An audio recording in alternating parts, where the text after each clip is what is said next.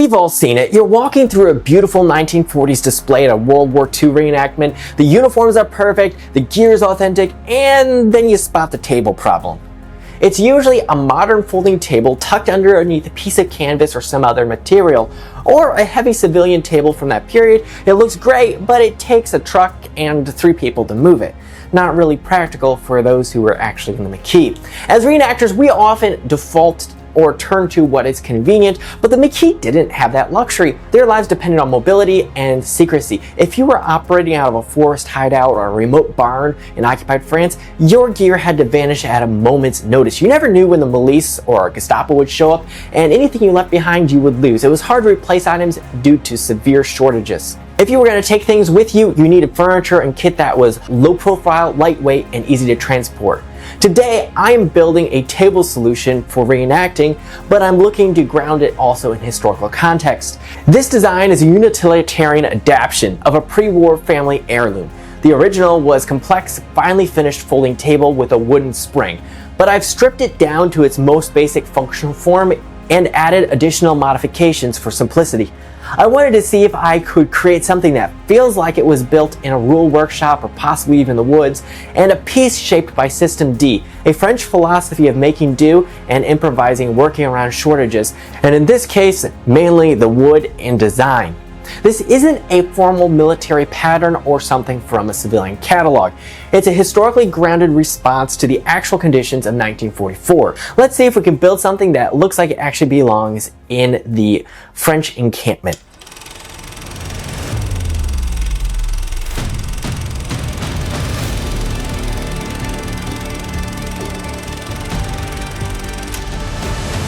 I started off thinking, what type of material should I use for this build?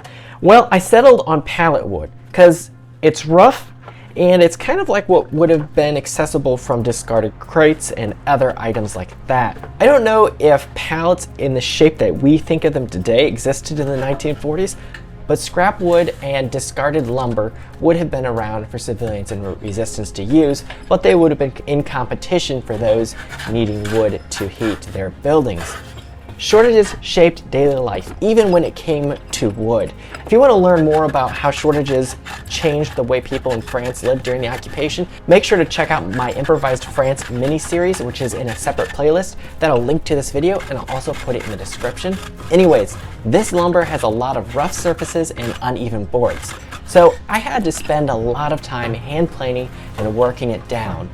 Because this wood is so far from an A grade, there are a lot of cracks and splits along the grain.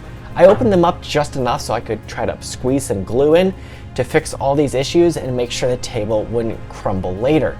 I wedged the cracks open with a screwdriver, I know not the ideal solution, and then squirted in the glue. And then I used a thread to pull the glue deeper into the cracks and strengthen the joints, making sure each piece had the best chance to becoming as strong as it was, if not stronger, than before. With all the boards planed and fixed, I applied glue along the butt joints for the tabletop. A nice even coat of glue is part of the trick here. I was moving quickly, assembling as I went. This project could have been done with a higher level of precision for more of a finished appearance, but my goal was a rustic look here, something that could have been thrown together at a farm or for other utilitarian purposes, or even by the resistance in an encampment. My joints along this tabletop aren't perfectly smooth or straight, so pipe clamps were key here to create a solid connection. They can apply a lot of pressure. As a result of the pressure, the tabletop started to bow, so I had to add some extra quick clamps along the side, clamping it down to my collapsible work surface, making the process much easier and keeping things flat while the glue dried. Now I just needed to let it set overnight. Removing clamps is always satisfying for me. I love coming down, seeing what used to be a collection of boards with just some wet glue in between them, now becoming my tabletop. In this build, I'm not taking a real planned approach here, and I'm completely winging it. As I go, I'm taking measurements and, well, refining the finish and the surfaces. I started off on this tabletop hand sanding it, but it quickly turned out that it wasn't really feasible because I didn't want to spend that amount of time doing it. The faster hand tool option would be a hand planer, so I pulled that out again and worked my way around the tabletop, focusing first at where the joints were and then working my way around, making it a lot smoother. Besides just revisiting the thought of sanding, the tabletop is now about 90% done, so I moved on to cutting all the wood for the skirting, the legs, and the bracing, all out of 100% scrap wood, just like the tabletop. While it appears, because of how it's filmed, that I know exactly what I'm doing and that I have a plan, I am actually pretty clueless as I'm working through this. I don't even know how the legs are going to function at this point, but I decided I'll just start cutting wood and see how it turns out. So I ripped down the legs on a bandsaw rather than a table saw because my workspace is tight and my portable table saw was unstable, and as a result, I no longer have it. The bandsaw with the clamp guide as a rib fence works great, and also I like the texture it leaves in the cut. It leaves a little more of a rustic appearance, which is perfect for this type of build. And then there were just a few odds and ends that needed to be cut and prepped for the build. Once the pieces were cut, I laid them out on the tabletop that we built previously, and I used that as my work surface. On the legs, I marked out notches where braces would go partially down the legs, approximately 21 inches down the legs. The overall leg length, for those of you who are interested, right around 33 inches. So I'm not cutting the notches all the way in, I'm only cutting them just under halfway through because I want to maintain as much structural integrity as possible, even though I'm trying to make these joints nice and tight, and they will be glued to the braces and pinned as well. While I was cutting these notches out on the bandsaw, everything seemed to be going smoothly until I started to rush. And as I was rushing, well, I yanked the bandsaw blade off because it got hooked on the back side of the blade by the notch, and I had to spend time resetting everything, costing me time. While it took me extra time to reset the tool, it was still a lot faster than cutting these all out by hand and hand sanding it. And speaking of sanding, that's what came next. At first I used a hand belt sander to go over all the small parts and the tabletop, but then off camera, what you don't see is I actually switched over to using a stationary belt sander in my shop, and I put a very coarse sanding belt on it. That was able to hog off a ton of material quickly and smooth out these rough boards. Though unfortunately I still had to use the hand belt sander for the tabletop. Well, let's face it, I couldn't fit the whole wooden tabletop on top of my stationary belt sander. With the initial rough sanding out of the way, I moved on to assembling the table skirting. I applied glue on the joints and used picture frame clamps to ensure the corners were a 90-degree angle that would be strong for later use. Now, this is the end grain, so I know glue by itself isn't strong enough, but for the initial assembly, I'm just using glue, and I'll come back through later and pin them for additional strength. I moved to the table skirting out of the way to let the glue dry, and moved on to the table legs. This part is actually a lot of fun for me. It felt like putting together a puzzle. Once everything was laid out, it was just a matter of applying glue to the notches and installing the braces, drilling holes and driving in the pegs. And pretty quickly, it started to take shape. Of course, this whole process had to be done twice, which makes sense. It's a table. After all, that means it needs 2 full sets of legs. Without it, well, the table would end up on the floor. While I was assembling the legs, the glue on the table skirting had time to cure enough to move forward.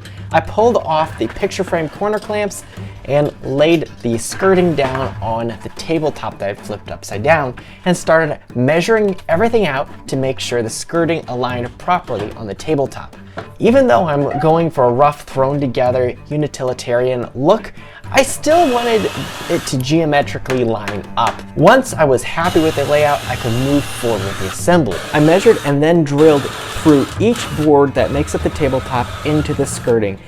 I applied wood glue and then pounded in pegs. A little backstory on these pegs. They are from dowel rods that I had made in a previous video, probably about a year ago on this channel. While there are probably better ways to attach a tabletop that allow for expansion and contraction, this method will probably do the trick. Hopefully though, I won't see any major cracks or issues with bowing as we hit the summer months, because I'm assembling this in the winter when everything is dried out. With everything pegged together and the glue fully cured, all that was left was the cleanup. That meant dealing with all the pegs, or just making them disappear. I cut the pegs flush and went back over the surface with a belt sander, knocking everything down and cleaning up any squeezed out glue. I also softened all the edges and corners, partly for safety and partly because nothing there was meant to look sharp or super refined. This was always supposed to feel organic, used, handmade, and practical. With the rough sanding done, I moved on to the part that made me a little nervous and made me pause for a moment, drilling the 5/8 inch holes through the skirting for the pivot pins of the legs. This is where the legs are actually going to be attached, and there's not too much room here for error. Once these were drilled, I moved on to the pegs themselves. Just some quick shaping and then cutting on the chop saw. When designing the legs, I had left some space to allow for the pivot pin, because the pivot pin is functioning two roles here. One, the pivot, two, acting as the peg that holds the top brace to the leg structure. While online, you can find all sorts of fancy metal brackets and contraptions that will allow a table leg to pivot and function and even lock out. I wanted to go with this because it was simple, and this system of construction has been around for hundreds of years, using wood pegs to secure joints and hinges, and would have been known by craftsmen in the 1940s as well. With everything functioning, I then went over the entire piece one last time with a random orbital sander using some fine grit sandpaper just to knock down splinters and prep the surface for finish. The finish I used here was some old tung oil that I had on hand, probably from the 1960s. Not something I'd planned around, but it's kind of fitting. Vintage oil for a vintage design. Tung oil actually cures and hardens, unlike oils like mineral oil, and it gives a very period-appropriate finish, similar to linseed oil. To make the folding tables work, the legs aren't centered. One set is offset slightly to the left, while the other slightly to the right. The bracing is also mirrored. One leg has the bracing on the bottom, while the other has the bracing on the top. That lets everything nestle together and collapse as flat as possible for transport. Just a small detail, but that's what makes the whole table work. Speaking of that, it's ready for a reenactment. In the end, this table isn't a masterpiece of carpentry. It is rough, the finish is basic, and it was built for utility over aesthetics. But that is why I believe it works so well. This table earns its place in encampment because it respects the constraints and realities of the era. In occupied France, the luxury of time and high-end materials had practically disappeared.